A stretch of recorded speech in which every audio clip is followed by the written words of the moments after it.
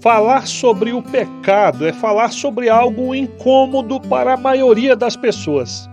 Ninguém gosta de admitir que está numa situação vergonhosa, pensando e fazendo coisas que não aprova, vivendo como se fosse arrastado por uma correnteza incontrolável que começa em seu próprio coração e se dirige diretamente para o inferno. Nesta série de mensagens, apresentaremos a raiz do pecado conforme os conceitos da Palavra de Deus para nos ajudar a vencer. E sim, é possível vencer este terrível inimigo em nós. Vamos começar nosso estudo entendendo o que é pecado. Na primeira carta do apóstolo João, no verso 4 do capítulo 3, nós lemos: quem peca é culpado de quebrar a lei de Deus, porque o pecado é a quebra da lei.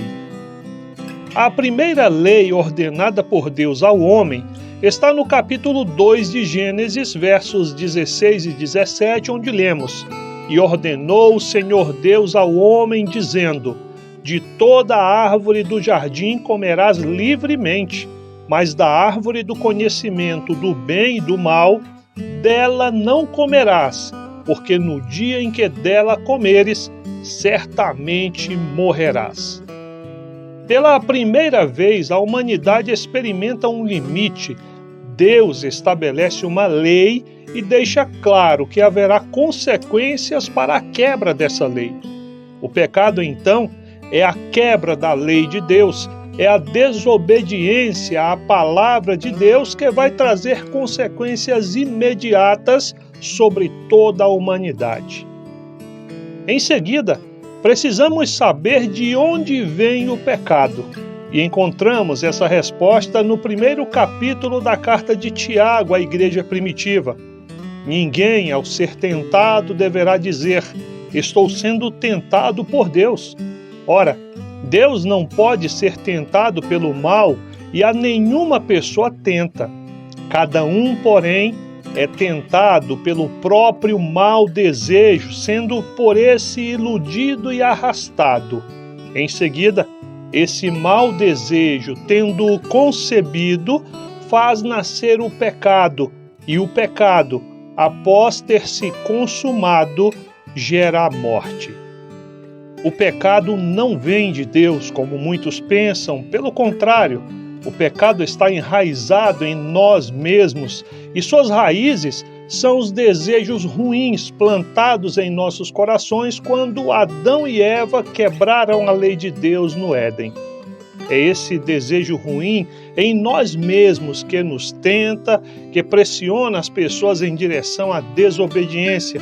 Mas isso não significa que já estejamos perdidos. Ninguém peca por se sentir tentado. A Bíblia diz em Hebreus 4,15 que Jesus foi tentado em todas as coisas, mas não pecou. E não pecou porque escolheu obedecer a Deus e não aos desejos do seu coração humano. Podemos vencer o pecado porque Deus já nos deu a capacidade para isso. No capítulo 4 de Gênesis, lemos que Caim, o filho mais velho de Adão e Eva, estava irado, enciumado contra seu irmão Abel e planejando matá-lo. Mas Deus conversa com ele e diz: o pecado está ameaçando o seu coração. Ele deseja conquistá-lo, mas você deve dominar sobre ele. Deus está dizendo a Caim e a todos nós que é possível dominar o mau desejo em nós. É possível corrigir nosso rumo, fazer escolhas melhores, viver uma vida melhor se simplesmente usarmos aquilo que Deus já nos deu: liberdade para escolher. Pense nisso. Podemos perfeitamente resistir ao mau desejo enraizado em nossos corações quando entendemos de onde ele vem e qual o seu objetivo em nós. Como disse o apóstolo Paulo, Deus é fiel e não permitirá que sejamos tentados além das nossas forças. Pelo contrário, quando formos tentados, Deus providenciará um livramento para nós. A misericórdia vai ainda mais longe. Na primeira carta de João, meus filhinhos, escrevo estas coisas para que vocês não pequem.